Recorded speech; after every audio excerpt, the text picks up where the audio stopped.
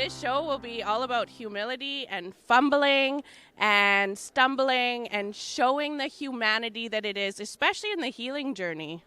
One of my favorite social workers, which is my background, is a person by the name of Brent Brown, and she's a social worker from Texas. And she has one of the top 5 TED Talks of all times, and it's about vulnerability and making mistakes and dealing with shame.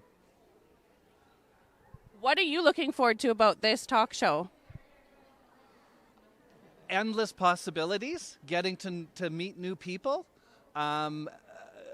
reaching out with regards to that growth potential. I mean, I'm a private practice therapist and I work with people one-on-one or with couples.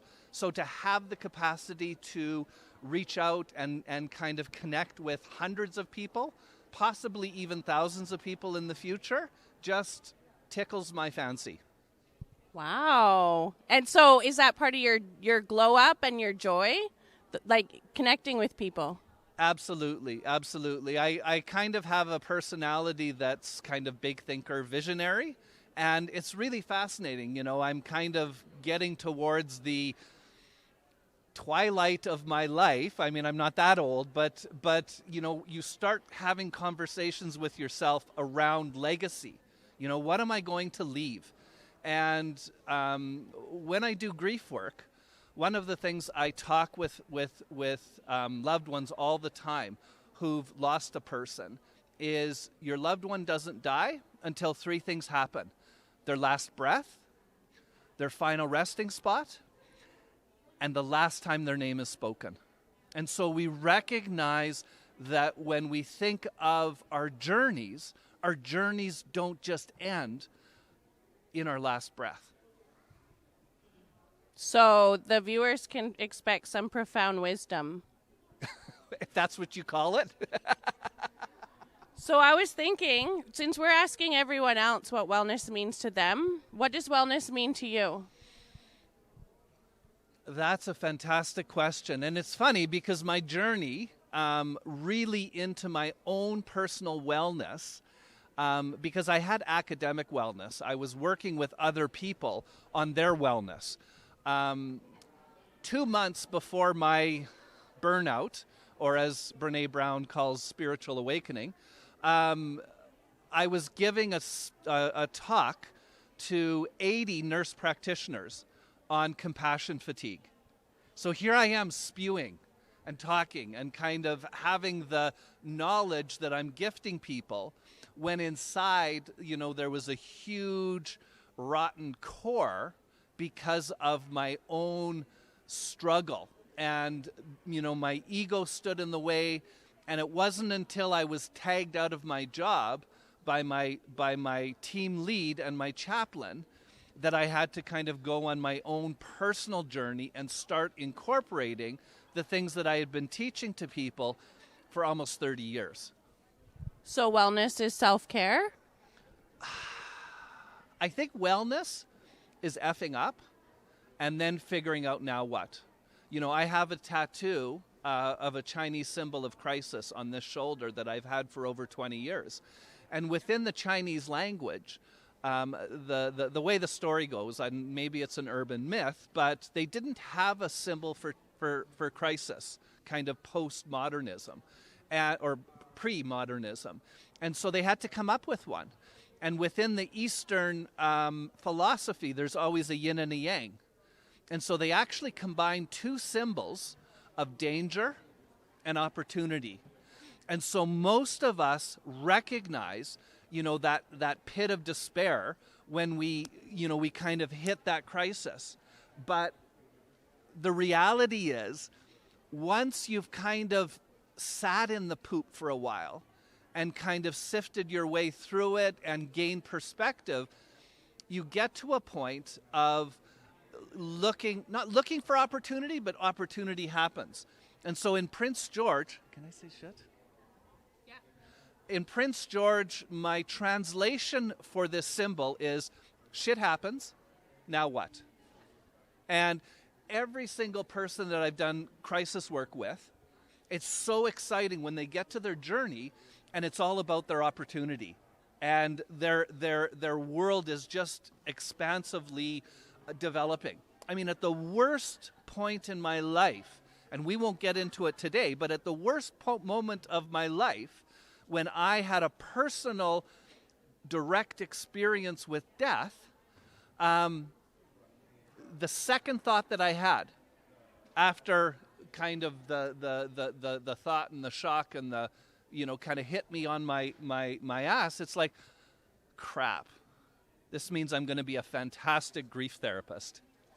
Like, now I have some lived experiences. Now, I couldn't do that right at the moment. I mean, I was totally foobarred, and I literally, was up for 3 days, and I was one sleep away from being committed. And so what I want people to know is it's not about having your ducks in a row. The reality is you just need to be willing to grow and to be on the journey. And you'll be meeting some amazing guests who don't even resemble, where they were at the beginning of their journey. It's all about transformation. Absolutely.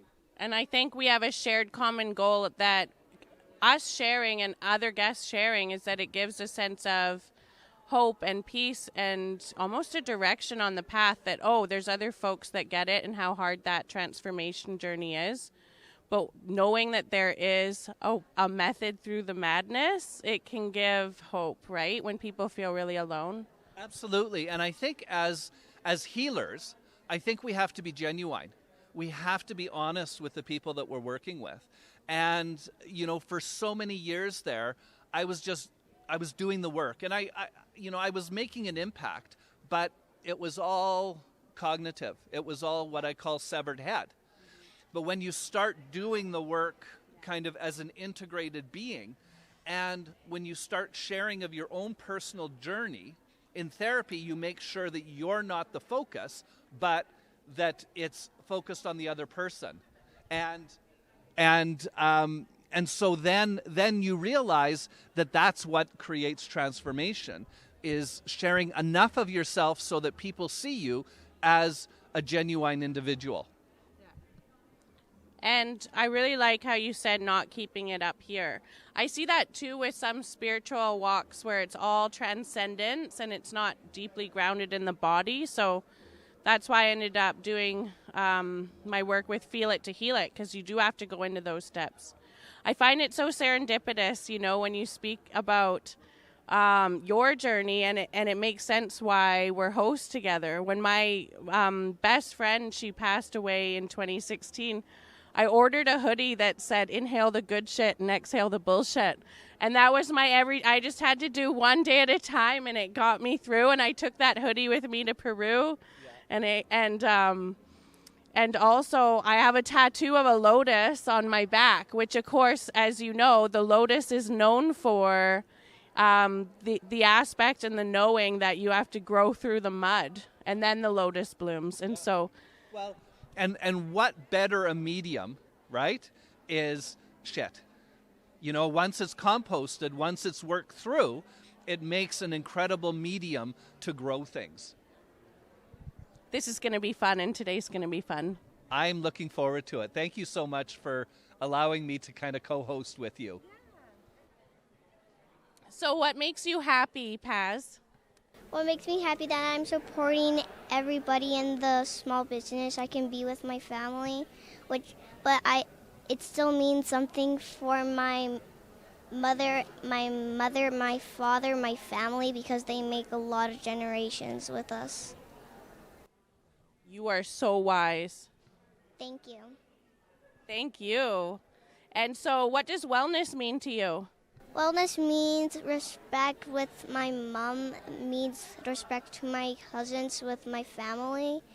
And I like my family because I really like to support them. It's something that makes me feel like the people that need help, they can have a help from someone like me. You could be teaching all of us. And thank you for teaching the listeners. Is there anything else you want to say? Okay. What I'm saying is, if you feel something in your heart, just do it and make a right choice to make something for your family and community for your health. You give me so much hope for the future. What a bright young girl you are, Paz. I'm here with my new best friend, Michaela. They just popped into the conference, wellness conference here, and when I saw their hair, I went, this person's special, and what's their story? Hi, everyone. So my name is Michaela. I am a current social services worker student at the College of New Caledonia, as well as being a practicum student at Positive Living North. And I also do volunteer work with BC Schizophrenia Society, also known as ACE. We love it. We love it. So I'm really curious to hear, I mean, it sounds like you've just started your journey as far as the formal aspect, the professional part of it. When you look to a degree like social work, can I first start with what had you choose social work as your education? That's a great question. I'm not sure if this microphone is necessary because I think I'm very loud. It is. Okay, so what made me start my career in social work was actually a suggested idea to me. Someone else said, hey, I think you would be really good at this because you've been sober for a really long time.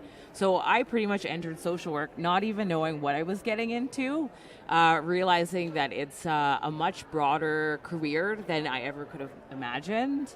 But initially I entered it thinking I want to be a substance use counselor and be a role model for other people that are on their journey towards sobriety or just in their harm reduction, supporting people in whatever that looks like for them, their health and their choice. That's really interesting because I've been in the social work career for 34 years. And what I find from helpers, and it doesn't matter who you're talking to, it's kind of the whole gamut of helpers. We hear that it's not just a job, it's a calling. That's right. Is that? I would absolutely say social work is not just a job, it's not just a career, and it's not just because it doesn't pay very well. But you can't fake the passion that has to go into social work. You can't fake kindness. You can buy a lot of things, but you can't buy how you treat somebody. And the people that are in social work really need to want to be there. It is Absolutely. what they want to do. Absolutely. So, yeah. Can you, we're kind of having conversations about wellness and what wellness means to you. And, I spoke a little earlier on about how being genuine in kind of your own story, your own backstory, and kind of where you've come to kind of realize the reasons why kind of that wellness journey is not only for yourself, but the people that you're interested in serving, the client population. So can you tell me a little bit about that? Ooh, I think wellness is a super important topic, especially regarding social work. It's something that we talk quite a bit about. Wellness, I always say that terms are subjective. They are always unique to the person because we're all individuals and we all matter. For me specifically, I would say that wellness sort of encapsulates health, but in so many different aspects. So some people think of health and they just think of, oh, I'm not sick. But what does sick look like? Sick could be physical health. It could be mental health. There are so many different detriments. Yeah. I think detriments is the wrong word. It's something else with a D. But there's so many layers of health and wellness. Yeah. And if you are suffering with one thing, it might bleed onto the other because they're all connected. And it just goes to show that if we don't take care of ourselves, especially in social work, as a worker in a helping professional, that it's going to affect the people that we're working for.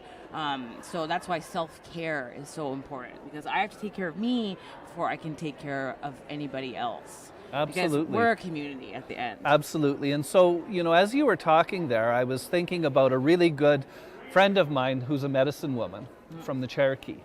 And she utilizes the medicine wheel, right? Awesome. Which is kind of a prairie tool that's been adopted by many kind of indigenous communities, and it really helps you identify where you need to put in the work. So you may be this rock star person, and spirituality is just so easy to get into, but you're a diabetic, an uncontrolled diabetic. Well, where's the place to start? For wellness? You got to get your diabetes under control, or else you'll be dead. Sure. Right? Sure. And so it's kind of looking at those quadrants is one way of looking at it. Now, I recently was in a conversation with somebody who talked about 8 different quadrants, and I'm going, oh, okay, well, something I probably need to take a look at. Oh yeah. Because it expands out on that whole concept of wellness that you're talking about. Yeah, I think to my knowledge, I thought there was 7, so maybe even I have to do some research on that. I'm thinking physical, mental, social, emotional, spiritual. There is no test. There's no test, Michaela. There's got to be some other ones, but definitely it shows the overlap. And I think what we often do with people and wellness is, and this is our problem in society, we look at people's problems instead of looking at their strengths. Yes. We tend to focus on the wrong things and their deficits instead of saying, this person has a skill, this is what they're good at, let's focus on those good, positive things about the person. As well as just sort of thinking, I'm losing my train of thought here. No, that's okay. With the detriments of health, I was thinking, so you mentioned diabetes in terms of your example. I was thinking, from an outsider's perspective, we might have a lot of thoughts about what it is people need, but they should be the ones to tell us what they need, because it's always, they know what's best for them. Absolutely. And so, right? And we have to follow their lead. Do you think you brought that into your knowledge prior to social work, or do you think that it's been honed as you're taking your social work practice? That's a very good question. I'd like to think that coming into social work, I came back as a mature student, so I have lots of lived and living experience with substance use and mental health and all of those things, which I think has helped me personally as a person be more open-minded, be more accepting, be non-judgmental, because that's how I want to be treated in my life. So I think I came into it, I would say, with more of an open mind than most people. I'm pro-choice. I don't know if that's going to offend people on watching and stuff. You get to tell you what the... Yeah, but I'm very... even though I might not like something for myself, or I might not agree if someone abuses something, to me, I want someone to make their choice, but be safe about it. I always want people to feel okay with what it is that they're doing. And just know that they're supported. So I feel like I had those general ideas coming into the program. I think that they were only magnified sort of upon being in it, and that even includes things like harm reduction. I don't think I was so big on the idea before, and now that I know, it helps spread HIV, it helps spread STBBIs and all these other things. I'm like, why aren't I behind those things? So it's convinced me. So I know that we would really love to have you on our show, because I could talk to you for several hours, and then we would edit it down. Absolutely. I actually see a little seed here planted with regards to the Bridget Moran Award. And so our rock star Bridget Moran. Of course. I won the award a couple years ago. Wow. And it was actually the most significant honor, because it's having your values and being client-centered to the point of losing your livelihood and being fired. And so I'm getting that sense from you. I am very much like Bridget Moran. Obviously, she's an incredible role model for us workers in social work.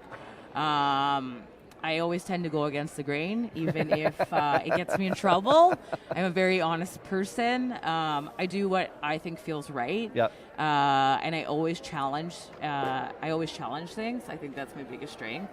And because I do that, and I'm often alone when I do these things. Absolutely. And when I do them, I find that other people will come to me and say, you know what, I actually think that you're right, and I didn't want to say anything, and I'm okay with being on my own little island, but knowing that I did the right thing for someone else. And the fact that you're coming into social work, I think you're going to have a lot of allies. Thank you so much, Michaela, for talking to us today. Thank you guys for having me today. I appreciate it. Fantastic. I'm here with an amazing, what I refer to as my truck driver friend, Steve, that I've known for many years. And, I think just to give people a taste of, if you feel comfortable, kind of telling people how we met. Yeah, for sure. So what we did is, okay, I was outside washing my boat. It was Father's Day, and Brent worked at a counseling place behind where I was living, and he had his son's motorbike, and he literally walked into my life. I've been told for years that I need counseling, and it's just that trucker mentality, the male, stigmatism of, you don't need help, just go to work. And so Brent literally walked into my life. I believe it was my mom that pushed him gently. And I was struggling with the loss of my mom. And I believe it was my mom that guided Brent into my life. I'm not a big guy with men.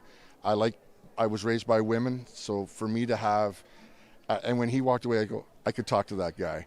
And so I just booked an appointment, and we just started the process of what it looks like to unpack all your years of trauma and damage that you just have nicely tucked away in the attic, duct taped, so that you just don't get anywhere near it. So.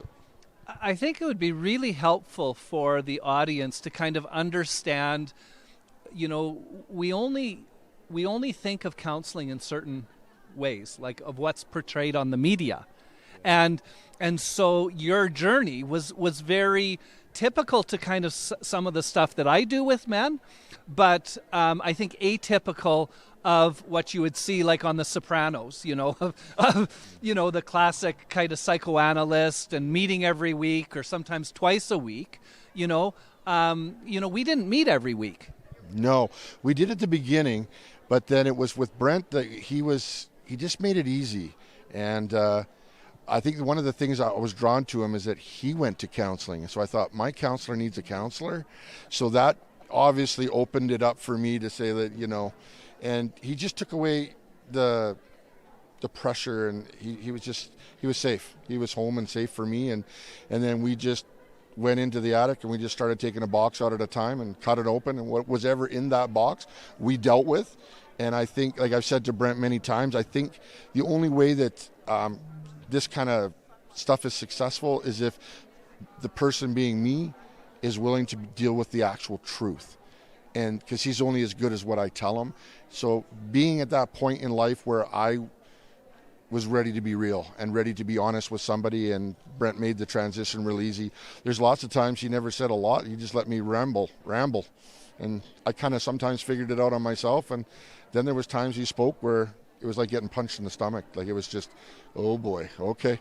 Yeah, let's figure that out. And I've gone and plateaued and taken a break and then had to come back because of on my journey through podcasts and reading and just the stuff that I do away from him and the work I've done is just, yeah. So then I go, oh, yep, I got to go back and get tweaked, and I go back and we start at a different level, but unpacking that box or unpacking this, or just kind of like he's my spiritual guide, my life coach. He just kind of keeps me focused, and because sometimes he's not afraid to tell me the truth, whereas people in your life, they're not going to tell you, they're afraid of you, or they don't want to hurt you, whereas he's just going to tell you, hey, this is the way it is, and you need to. And I need that as a person. I need somebody that guides me down the road. I think that brings up a very significant point, because sometimes people are looking for a counselor or a physician, or a pastor or whatever to fix them. They think that just having that connection is going to make everything better. But I think you opened up on a very key spot to kind of recognize, that's 1 hour of the week or 1 hour of the 2 weeks. And you got to do a whole lot of stuff in between. Absolutely. I mean, and like I'm not joking. There's literally times he doesn't say hardly anything, and he writes, and I'm sitting there going, "What am I doing? Like, am I on the right track?" And he just sits there and writes, and he looks at you, okay, and then he's back to his notepad, and I just think, you're rambling, and so it's for you. It's, I guess, mental health starts with yourself. You have to be in charge of your mental health, and then you have to look for other avenues. To, like, Brent is an avenue for me. Is he's changed my life. Like, I'm not, and like he says to me, he says, you have to introduce yourself to the world because you are not who you were. I am different. How I deal with things different, and then when I do hit those trouble spots, I go to him, and we just work through it. And to me, yeah, I couldn't do what I did without him. There's just no question. I couldn't do it. And I like how you talked about it right from the beginning, kind of almost being this mystical connection. Whatever you call it, it really doesn't matter, putting a name to it. It was the right place at the right time, and there was the right connection. Yeah. And things just unfolded from there. Can you explain to the viewer why I envy you? Because we both look up to the same Texan social worker named Brene Brown. She changed my life. You mean she has a couple sayings that I put into my thing. Number one is, I'm not here to be right, I'm here to get it right. I mean, how brilliant is that? And just, I like the way her approach is when she fights with her husband. She fights with her sisters. She's real, but she's got her doctorate in social work. She's brilliant. And just I've listened to pretty much every podcast she's done, and I haven't read her books because but I'll listen to stuff as I drive and stuff like that. But she's definitely changed my life and my outlook on things, and yeah, she's been huge for me. And that's a really good point. We've got lots of men out there, and women too, who have time on their hands. And so there's no expectation in counseling that you have to read a book. There's so much resources out there when it comes to podcasts, books on tape, everything else. And I mean, you're working sometimes, 12, 14 hours that you're in the truck, that you're filling time. And it's what do I fill my time with? Do I fill it with garbage, or do I fill it with challenging thought? Although I suspect some trips have been pretty quiet, especially after kind of some of the significant sessions we've had. Well, yeah, I know. I go for an hour and do with him, and then I go to the truck for 14. So it's like, I'm sitting by myself, and you're going through all your childhood traumas, and then I think if I could convey anything to anybody is, when I was talking to Brent, to me, I was just telling a story. I was telling you about what happened to me, and then you have a fully trained grief counselor look at you and use the word horrific. And then when I first happened, I got agitated, and I just wanted to say, like, what are you doing? Like, don't make this bigger than it is. Like, it's just what happened. It's not and then I realized it is a big deal. And when he says it's horrific, that really made me step back and go, yeah, okay, you've dealt with lots. You've had lots come your way, as we all have. I'm not special in any way. We all we just choose to deal with it different. And but with the listening to the podcasts and some of the terminology she uses with these people, it was above me academically. And so I would circle back and I would just listen to it again. And then I would just listen to it until I understood what it was. But so if you live your whole life feeling shame for something that you did as a child, or that you think somebody feels a certain way about a certain something, and you never speak of it, if you talk about it, it all goes away. Not that you may not get the answer you want, but it will go away. And that's what I've dealt with. I don't have any shame. I have a story, as we all do. I have a story, but it no longer defines me. Who I am and what I do is, as Brent said, my mom is dead. And he said, that would kick you in the gut. Yeah, and at the end of the day, it's true. And he just said, she can't control you anymore. And he says, now you can start living your life. And I went, whoa. Yeah, so that was a tough 14 hours after that one. But we get her done. Thanks so much, Steve. And if you're looking forward to kind of hearing more of Steve's journey, he'll be kind of joining Auroara and I as co-host. And Aurora's saying, one of the sayings that she has is feel it to heal it. And you would kind of get that understanding, wouldn't you? Yeah, for sure. They have that saying, hurting people hurt people. And then I heard another one, healed people heal people. And I went, wow. And I found that that's where I'm at in my part of the journey now in life is I feel like I'm helping people. And I say, I got a guy. If they go, well, what about counseling? And then I tell them my story, I got a guy. He's for you. So my wife goes sees him and everyone goes, well, isn't that a conflict? Very professional, and he helps her too. And I think my nephew's fiance has seen Brent, so he's brilliant. If you go. That's one of the good things of having a brain injury in 2012. I just kind of can keep things separate because I forget. That's right. Yeah. For sure. Thank you so much, Steve. I look forward to talking more with you about this. Yeah, for sure. Thanks, Brent.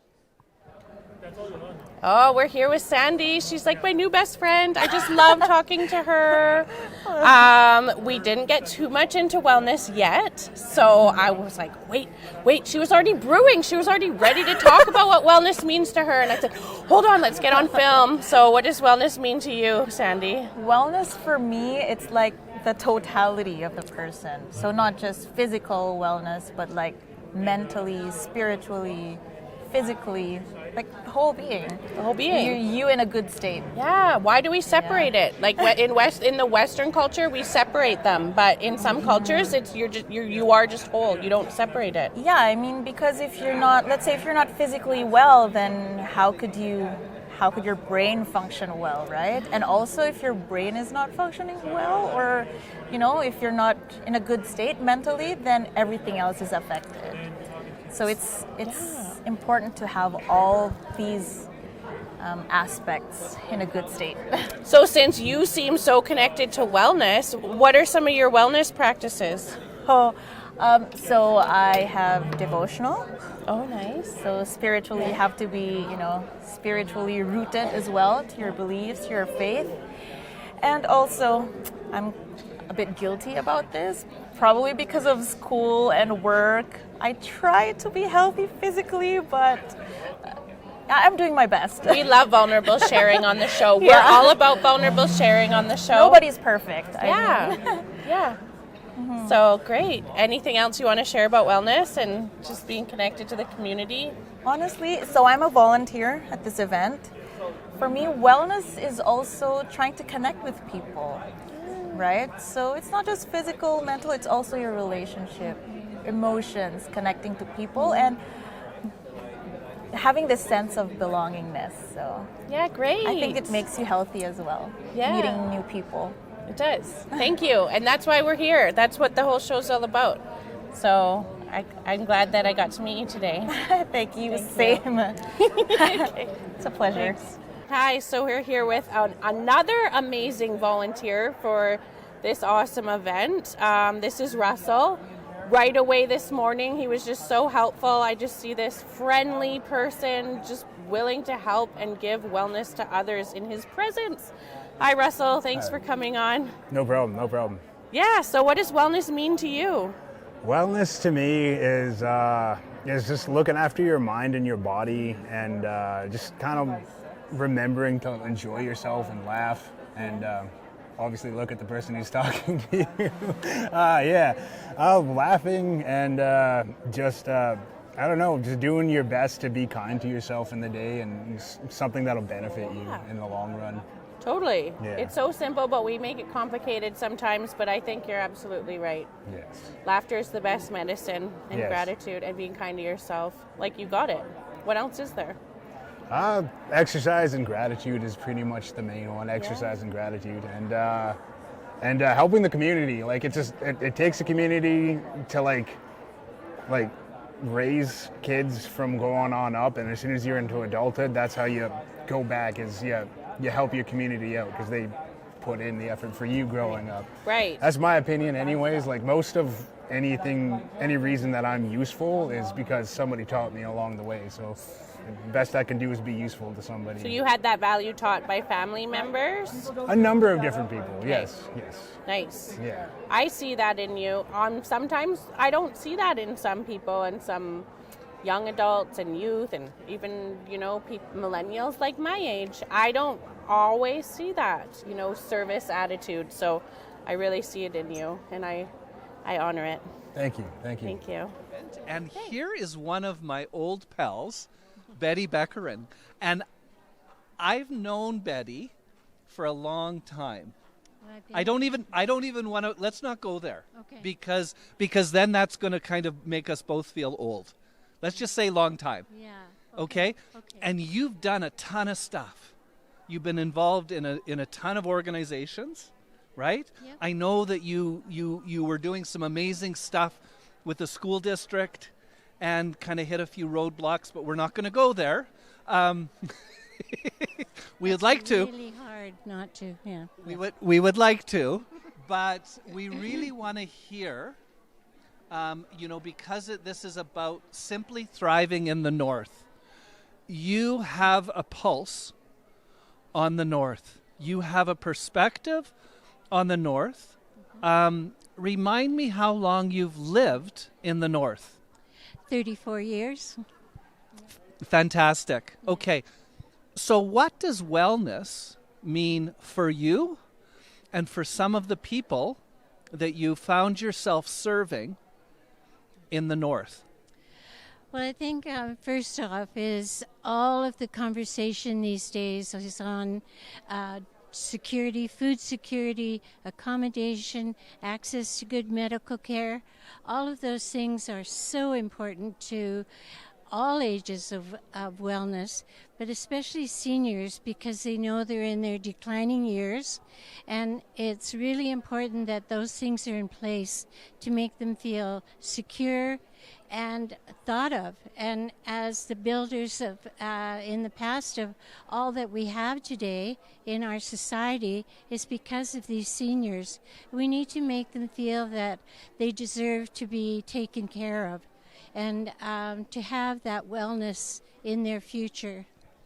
So I'm really curious, when we talk about food security, as you know, so much of our system has been mechanized and things come in by truck. Yes. And all we have to do is remember when the floods came to the Lower Mainland, how we were cut off from our fresh supplies. Yeah.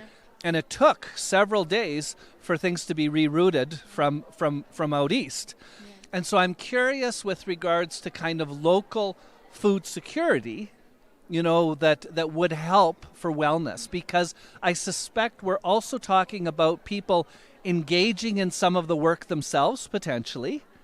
Sometimes, so if they're physically able, yeah. I know they really like to get out and be planting and being useful in even their home, their long-term care. Yes. They have small garden plots that the seniors are encouraged to go out and maintain.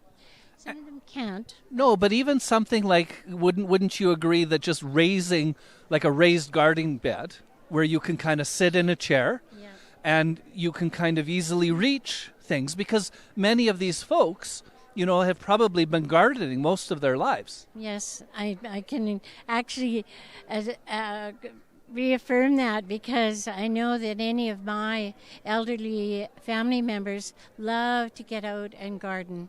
It just seems to connect with them. Betty, in the therapy world, we talk about grounding yourself. And I can't think of a more significant way to physically ground yourself than getting your hands dirty. Absolutely. That's exactly it. Grounding yourself in dirt. Well, and I don't know the research on this, but I do know there's lots of stuff out there where people are actually wiring things to their house and putting grounding pads under their mattresses in order to ground themselves, right? But we know the idea of the concept. Now, when we look at the struggles maybe that some of the seniors have, Where do you think that comes from? Well, so much that's happened in our society. It started, I think, really becoming prevalent during COVID, when they became so isolated and so disconnected with community that it just spiraled after that. And I think that we haven't recovered. Would you agree one of the challenges, right? So for millennials and maybe people a little bit older, like my age, like there was a significant population. I had a really good friend who was a healthcare social worker who worked out of one of the primary care teams. And she recognized that the seniors that she was working with, none of them had a computer, none of them had a smartphone. They didn't know how to navigate it.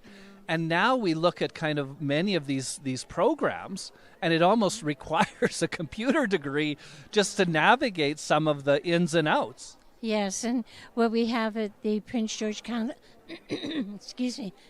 of Seniors is a navigator, the position of a navigator. So the people come in and they say, I don't know how to fill out these forms for the government. So then someone assists them and walks them through until they're feeling like, oh, I can do this. I've got this. I'll be able to send it in. Yeah. That's amazing. That's an amazing service that the Prince George Council of Seniors provides. Yeah, Is that primarily kind of a non-for-profit funded? Yes, we're totally on grants and donations. I know. Well, Northern Health. And Northern Health. Right, but probably a shoestring budget, right? Yes, very shoestring. Yes. Thank you so much, Betty, for joining us today and kind of giving us a senior's perspective and that of kind of broadening out our concept of what wellness is in the North. Okay, you're very welcome. I'm glad to be here. Okay, so here we are with Shirley Bond. Thank you for sitting in with Simply Thriving in the North. I'm really excited to be here, and good luck and congratulations. Thank This you. is very exciting. Thank you. So I'm curious, what does wellness mean to you? Well, I think wellness for me is about the entire person. It's about being healthy from a mental perspective, an emotional perspective, and hopefully a physical perspective as well. So it's about, trying to be your best whole self. Yeah. And I'm curious, have you seen amazing new wellness initiatives in the past 3 to 5 years? What inspires you? Well, I think what inspires me is the fact that there is a real movement to encourage people to get healthy, to spend time outside, to walk, all of those kinds of initiatives. And, for example, I'm a very strong supporter of Heart and Stroke. And, they encourage you to get out and walk. And they have contests and encouraging people to do that. So I think there's been this general sense of what can we do together to encourage people to get up, to move, to be engaged in their own wellness. I think that that's so accurate. I know that when I was really researching into what the research says about vitality, the only thing proven in longitudinal studies, other than, of course, community collaboration, like the importance of psychosocial well-being, is actually moving your body. That's what is proven time and time again longitudinally, is move your body, keep it moving. Well, I think one of the things that we forget to focus on is actually taking the time to think about your own wellness. We live really busy lives, and and I'm certainly an example of that. You're usually the last person you think of, and I hope that people are starting to realize that if we want to be our best self and care for others, you have to start with caring for yourself. And it's as simple as saying, I'm going to park further away from the door of the place you're going, or taking the stairs instead of an elevator. And I've tried a lot to incorporate those kinds of principles into my life. I lead a very busy life at the legislature, for example. I try to walk, from place to place, meetings, those kinds of things. So you have to be intentional, and it's not always easy to do. No, it's not always easy to do, and with those busy lives. And women tend to wear many, many hats, and I know from working with many women is that sometimes those beliefs come through the lineages of it's everyone first before me, right? I think workplaces are starting to accommodate more for self-care, for mental wellness, for well-being, which is a really great change. I think the other thing that I have found really concerning is the fact that when it comes to women's health in particular, things like research, there is far less research. There's far less emphasis on women's health. And I use, for example, having a heart attack. It looks very different in women than it does in men. And there has been very little work done in talking about what those symptoms look like and how they're different. So when it comes to women's wellness and women's health, we have a lot of work to do when it comes to research, understanding the issues, and actually talking to women about how their situation can be very different from men's. Yeah, absolutely. I know that that's true with the underdiagnosing of women with autism, and as well as POTS, so postural orthostatic tachycardia syndrome. I recently was diagnosed in December, so I've been changing my whole lifestyle in order to understand what that even is, but implement changes. And I found out that through COVID, prior to COVID, it was always in girls, and it was very under-researched, and then due to COVID, it started to affect everyone, so not just women, and so now it's being researched very fervently because it's also affecting men. So it's interesting, that gender aspect to health. It's so true, and so we do need to focus a lot on women's health and wellness, but I think generally speaking, what I would love to see the system and people talk about a lot more is prevention. You know, when you think about it, we have a sickness system, not a wellness system. We deal with things after people get them, and what we really need to talk about is if you eat properly, if you get some exercise, if you take care of yourself on the front end of your life. So I think that, and certainly in my career, in my work as an MLA, I see how we, even as a province, we spend money on sickness. We need to spend a lot more money thinking about prevention. How do you help people stay out of the healthcare system instead of in it? And so I'm very interested in the whole area of prevention, and in particular women's health. It matters a lot to me. Great. Thank you so much for bringing your wisdom. Well, it's my your pleasure. Women wisdom. Yes. Well, and I think that women, as you pointed out so well, is we tend to put other people first in our lives, and we need to stop and think about, you can only be the best version of you if you're taking care of you. That's absolutely. Thanks great. for your time. Thank I loved you. it.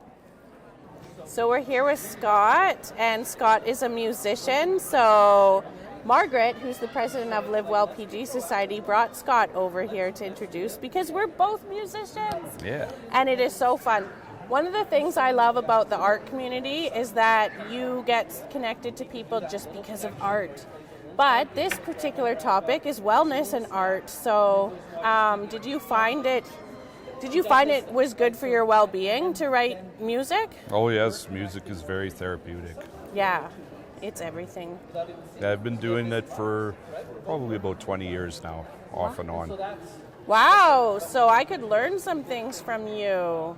That's a long time. Yeah, well, it's great because writing songs connects people, brings people together.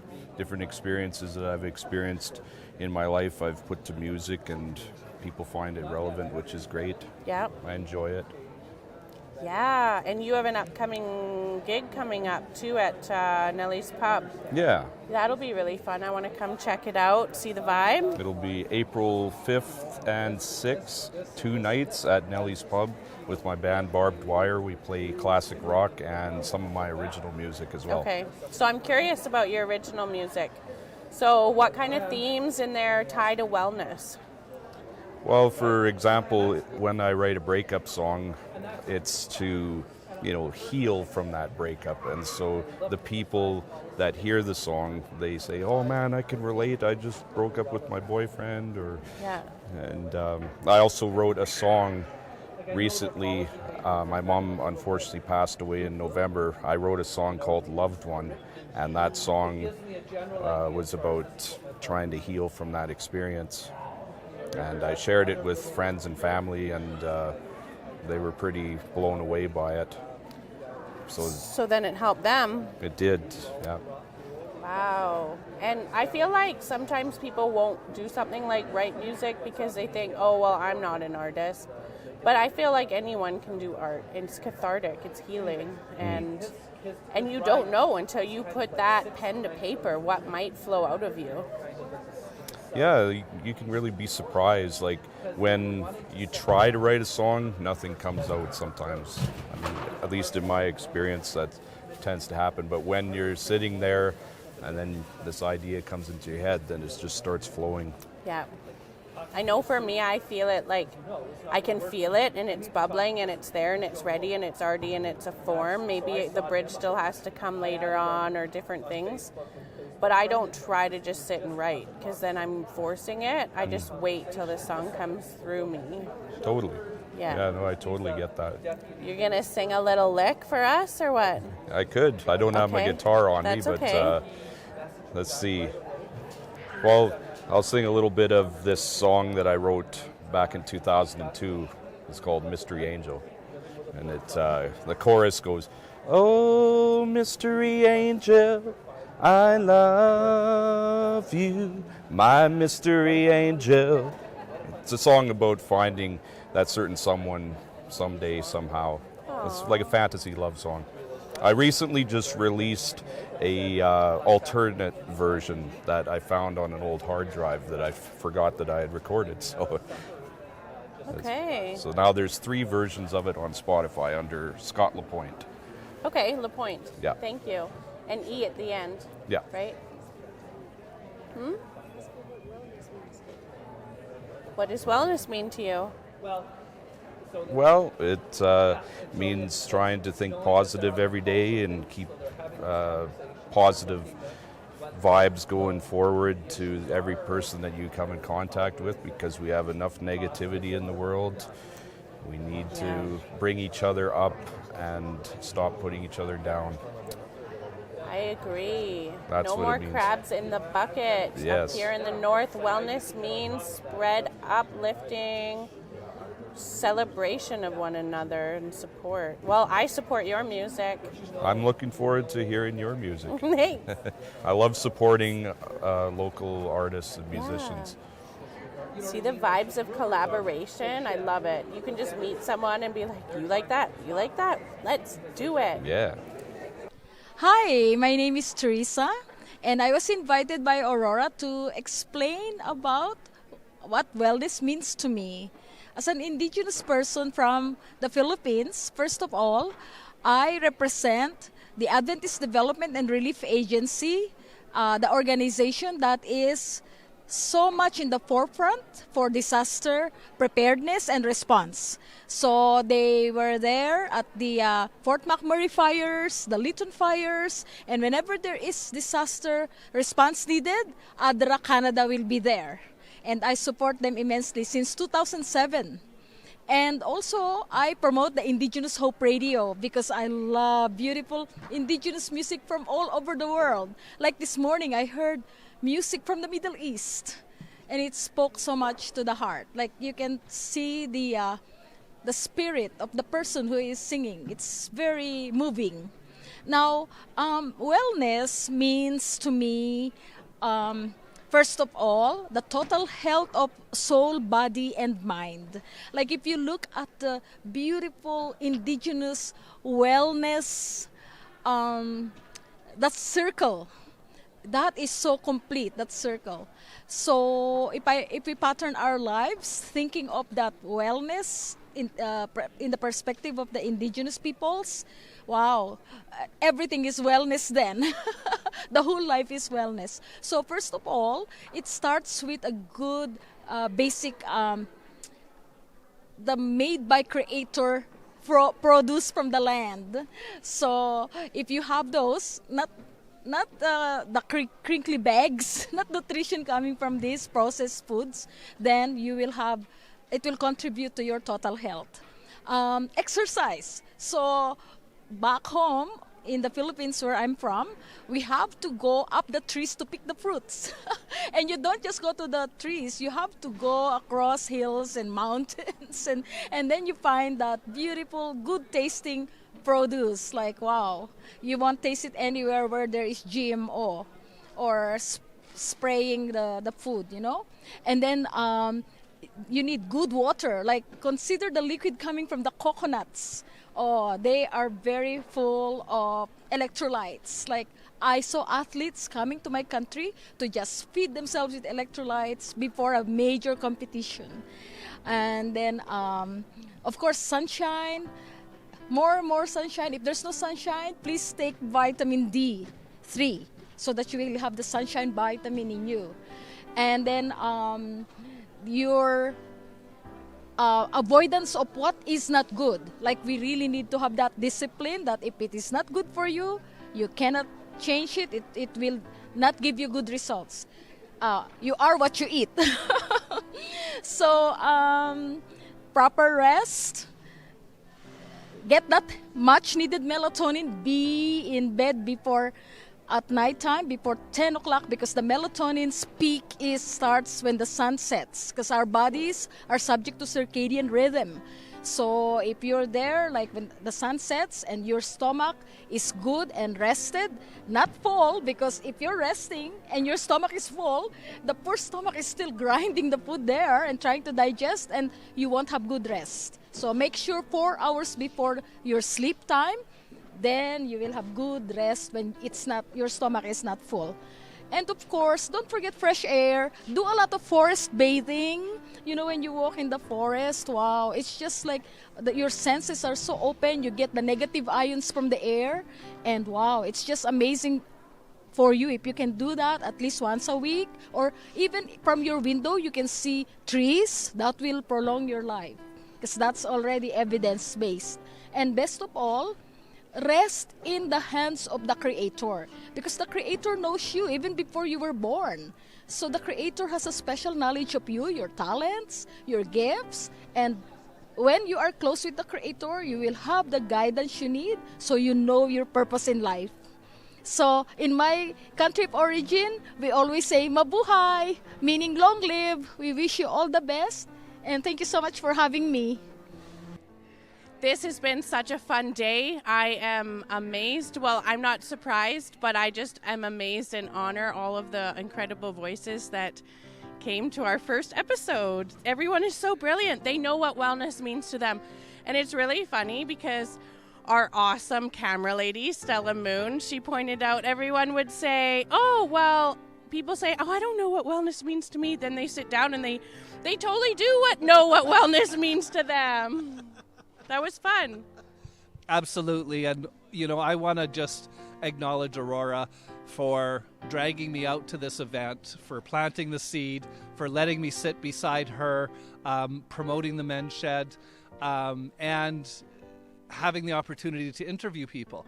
Because at an event like this, you can just see anyone coming to an event like this is ready for wellness. Like when you see that they're seeking, you know, whether it's a little facial product, whether it's, you know, a little knick-knack for their wall, or whether they're kind of wanting to go deeper into kind of the wellness journey and they need, you know, a support like Reiki or massage or, you know, some of the other service professionals. Counseling, I guess. Yeah, and I want to honor that we're on the traditional territory of Leigh today. And as we're doing this journey together, promoting wellness in the north, it's really important to acknowledge that, you know, at the end of the day, colonial settlers that came, they really were all about destruction and creating destruction rather than wellness, right? And so as we're doing this as a collective, that really we need to sit in our hearts and our minds and our souls to think about what it means to bring wellness to all peoples. And I think that's a really good reminder as far as maybe who our guests, you know, we can have a guest on our show to kind of tell their wellness journey, you know, because so often the narrative is a negative narrative, right? And we recognize that there needs to be advocacy. People need to acknowledge what harm was done, but we also need to hear the resiliency stories of Indigenous people who have moved through their journey, right? Because it's not about avoiding or skirting or shoving down, right? And so, you know, I really look forward to, and I'm just kind of churning around in my mind as far as who would be some really cool guests to get on our show. Yes, I agree. There's so much more to come. Thank you, everyone. Take care, and we'll see you again in 2 weeks. Take care.